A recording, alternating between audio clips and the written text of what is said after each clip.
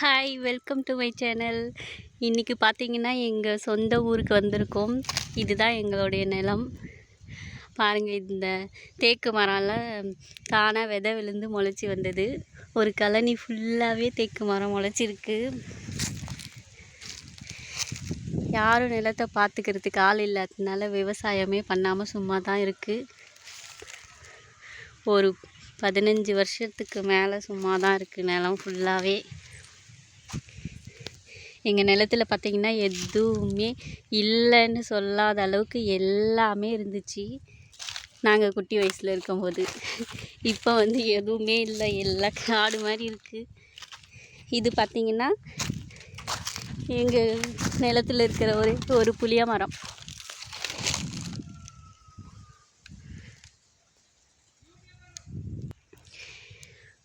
புளியை உழுக்க யாரும் ஆள் கிடைக்காததுனால கீழே விழுற புளியாவது எடுத்துகிட்டு போகலான்னு இன்றைக்கி தான் நிலத்து பக்கமே வந்திருக்கோம்.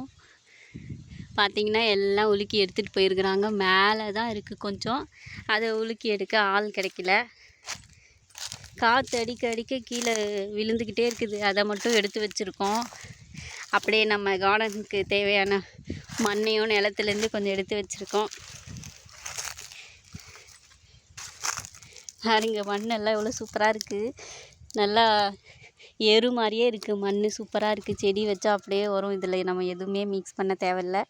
நான் அதை தான் எடுத்திருக்கேன். இது பார்த்திங்கன்னா கீழே காற்றுக்கு விழுந்த புளி தான் எடுத்து வச்சுருக்கோம். இதுதான் எங்களுடைய கிணறு. ரொம்ப பெருசாக இருக்கும். பாருங்கள், இப்போவும் தண்ணி நிறைய இருக்குது. இது பார்த்திங்கன்னா ஒரு 40-50 வருஷத்துக்கு மேலே இருக்கிற கிணறு. இந்த ஏரியாவிலே எங்கள் கிணத்துல தான் தண்ணி எப்போவுமே இருந்துகிட்ருக்கும். இங்கே இருக்கிறவங்க எல்லோரும் தண்ணி எங்கள் கிணத்துலேருந்து தான் எடுத்துகிட்டு போவாங்க. அப்படியே இந்த பக்கம் பார்த்திங்கன்னா ஒரு போர் இருக்கும். எங்கள் கிணத்துல நிறைய தண்ணி இருக்குன்றதுனால அதுக்கு நேராக இங்கே போர் போட்டாங்க. இப்போ யாருமே விவசாயம் பண்ணுறதில்லை. இங்கெல்லாம் எல்லாம் அப்படியே தான் இருக்குது, காடாக இருக்குது. எங்களுதுமே வெறும் முள் காடாக இருந்துச்சு. 2-3 டைம் க்ளீன் பண்ணி விட்டுருக்கோம். அப்போவும் திரும்ப திரும்ப முள் வந்துக்கிட்டே தான் இருக்குது.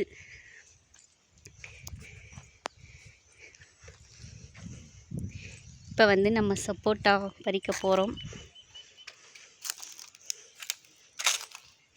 இங்கே தான் எங்களுடைய வீடு இருந்துச்சு. அப்போல்லாம் ஓலை வீடு தான்.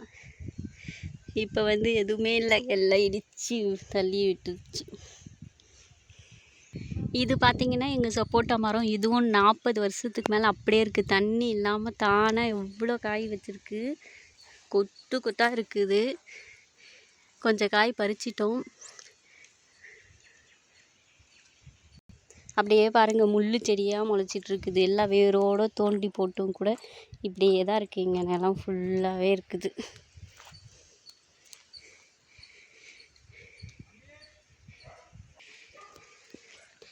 இது பார்த்திங்கன்னா இங்கே நெருப்பு குச்சி மரம் நிறைய இருக்கும் நிலத்தில். இது இப்போ ஒன்று தான் இருக்குது. இங்கே ஒரு புளிய மரம் இருக்குது. புளிய மரம், பனை மரம் எல்லாமே இருக்குது. இது பார்த்திங்கன்னா எல்லோ கலர் டிசம்பர் பூ. இப்படி தான் இருக்கும் இதோட செடி.